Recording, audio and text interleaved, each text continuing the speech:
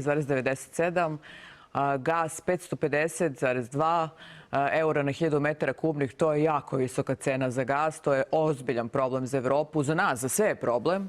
I pozvali su Trumpa.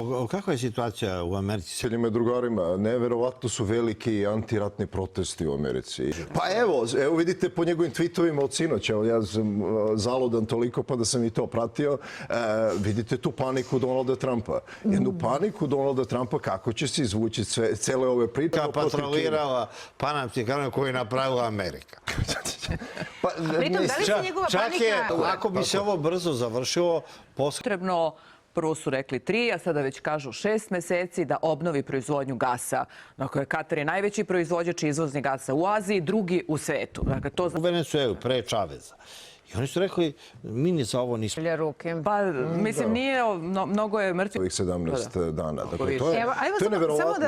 I to će se odraziti i na američki narod i na globalnom nivou. Samo ovo da sumiramo malo pre da bi shvatili zaista. Ja ne mogu da verujem, to stalno govorim, ne mogu da verujem da najveća zemlja na svetu, najjača zemlja na svetu nije pretpostavila neke stvari. Šta će se desiti sa globalnom ekonomijom kad se zatvori Moreus? Šta će biti sa globalnom... Da li Sjedinjene Američke Države to... Venezueli pomislio da mu je... Uredio Venezuelu sa Iranom, mislim, pa onda stvarno čovjek... Trumpa je sve moguće, valjda vi to znate. Ne, pa ne, meni je nevjerovatno. On je pripremao američku javnost, ja sam mislim da sam vam to pričao. Ranije su ukrili razvoj demokratije i ljudskih prava. Ne, ovdje je problem jedan, što su mnogi poverovali u dolazak Donalda Trumpa na čelo Sjedinjenih Američkih Država kao nekog spasitelja. Neće biti pozitivno. Evo, vraćaš se u Ameriku. Ali Zorana, evo mi koji dugo... Mogu ti pričaš za nekog...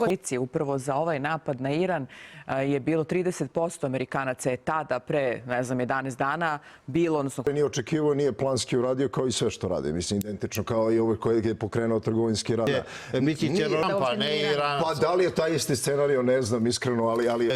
Zorana, izvinjam se, ono što je mnogo važno i što mnogi... Razumeju nego što ceo svet ne razume ni jednoga ni drugoga. Tako je. Ali da ja vama kažem, nama je važna ta saradnja. Energetiku i modularne elektrane. Ovde i kažem mi vam, i onda odletite u vazduh sa nuklearkom. Koji hoće da grade, mi imamo Francuze koji hoće da grade, mi imamo i Amerikance, mislim... Iz Amerike postoji uslov.